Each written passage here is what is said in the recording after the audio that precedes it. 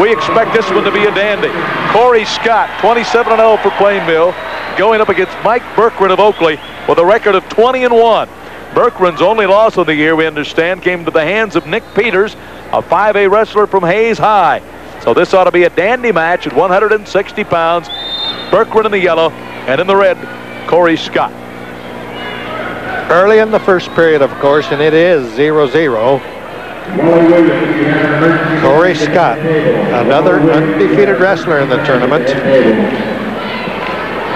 Berkran and Scott, head-to-head, near the center of the mat. We might mention that Berkran is the defending state champion in the old weight classification of a year ago at 155 pounds in class 3, 2, and 1A. So here's a wrestler trying to defend the championship. He's being very cautious. The center of the mat is where he wants to be, and he is near the center. Corey Scott also being cautious. Berkran reaches in, gets a good single, but they're on the edge of the mat and they go out of bounds. Berkran, by the way, is related to the Oakley coach, his coach, Dale Samuelson, I understand. It's an uncle-nephew relationship. That is true. The wrestler, Berkran, is the nephew of the coach, Dale Samuelson. All right. So you can see as Dale Samuelson has maybe a little extra, maybe just a little extra interest in this match as the coach, as you see him in a corner, giving a positive instruction to Berkran. But a combined record, Ben, of 47-1 between these two wrestlers. Berkran and Scott being very, very careful. They're not stalling. They simply aren't risking an aggressive move. Berkran tried to get in under the arm. Scott had other ideas. Scott in the maroon uniform. Berkran tries to sweep in. He made a move at the leg. Berkran is looking for an opportunity to set up, maybe even for a power move. With just a little bit of break in the action. Referee's whistle went out on him, I think. He had to fix his whistle. Got to have a whistle when you're in this kind of situation. Okay, time expires, Rich, at the end of the first period. It is scoreless, as you can tell by the action. Well, they, as you said, Ben, were not stalling. They were both looking for where they wanted to be and what they wanted to do. Berkran, actually, I think Corey Scott had the toss. He deferred to Berkran. Berkran, on the choice of position, did take bottom side at the start of the second period. We have a leg wrestler, potentially dangerous as they got elevated in the air. And Corey Scott, the leg wrestler, really put the move on the stand-up for Mike Berkran. All right, Berkran, defending state champion at the 155-pound class. That was the old weight classification. Once again on the stand-up, Berkran goes to the edge of the mat, but he's trying to isolate and peel. And his opponent, Corey Scott, takes him out of bounds. And actually, you might say they went out of bounds together. Yes, they did. There you see Brad Fredrickson, the coach in the corner for Plainville. His team still in the chase for the team title. Oakley trying for a team championship as well. Atwood currently leads with 101.5 points. Plainville is next with 99. Okay, Rich, the match continues here. It's 0-0, second period action. Berkran gets pretty good elevation on Corey Scott. The officials talking about the type of defensive move that it was.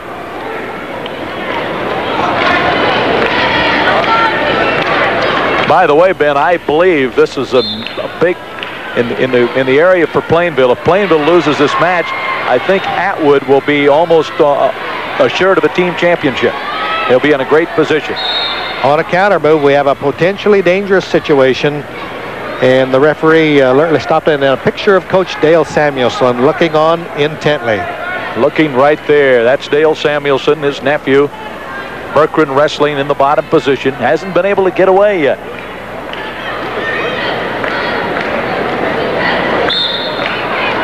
Samuelson on Berkran on a continued series of stand-ups. But Corey Scott quickly takes the angle each time. Berkran spins in, comes back inbounds and tries to step across. Oh, a nifty reversal move, but the points have not yet been scored. And now they are, right on the edge of the mat. Now, wait a minute. There were 2 points scored. The referee's whistle is not working. I don't think the referee's whistle is working at the side over there, but Berkran did get the 2 points. Pretty good move, Ben. Oh, that was a nifty move. I tell you what, Corey Scott relaxed just a moment. He thought he was out of bounds. And now the whistle is firmly in position, but doesn't work when you blow it. I tell you, both these wrestlers have a lot of strength. On the stand-up, Corey Scott tried to put a headlock on Mike Berkran in the yellow uniform. Berkran out in front, 2-0.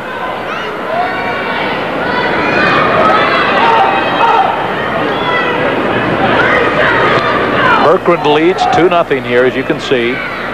And he's in control on the top side. 25 seconds to go, Ben. Berkran moving off to the side, looking for the cradle, but simply controlling the body. Corey Scott just a little bit frustrated with his head down, thinking about what can I do to get out from under all of this pressure. Berkran looking for a cradle, tries to trap that knee. Time expires here in the second period. There you see Berkran getting up, shaking it off, and a little slower getting up. Corey Scott of Plainville. Both these guys got to be tired. Berkran looks like he's pretty well exhausted. Looks over at Coach Samuelson. Looks over again. Start on that top position.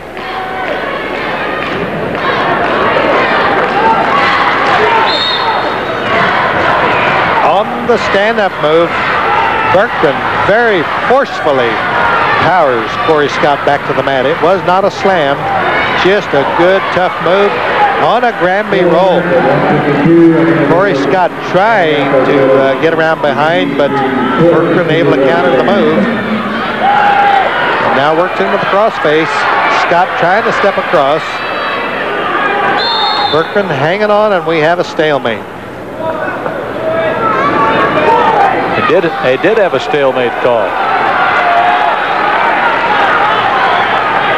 The referee clapping his hands and telling these wrestlers to get with it. Things have slowed down here in the third period. On the whistle now. Scott tries to come in with a switch, and Berkran with that upper body strength powers into the mat, working now with the head lever. The head right in the armpit, and now turns it into a hammerlock across the body. Berkran controlling the arms, and now reaches in with the crossface. Ties up the opposite wrist. That kind of ties a wrestler up in knots practically, doesn't it? And the bottom wrestler carrying all the weight of Mike Berkran. It's only a 2-0 count at the moment, so plenty of time for Corey Scott to get back in it. And he tries to roll through. Berkran steps across. They're working near the edge of the mat, and Scott has a chance to get his own reversal. He's getting the elevation. Berkran ties him up and spins around behind. Do we have an escape? We don't have the points awarded yet. Yes, we do, Ben. Right now. Okay, it is an escape. Time, all of a sudden, is a factor. It's 2-1, Berkran in front, but time is a factor in the match. We're late in the third period. Both these wrestlers pretty tired, Ben.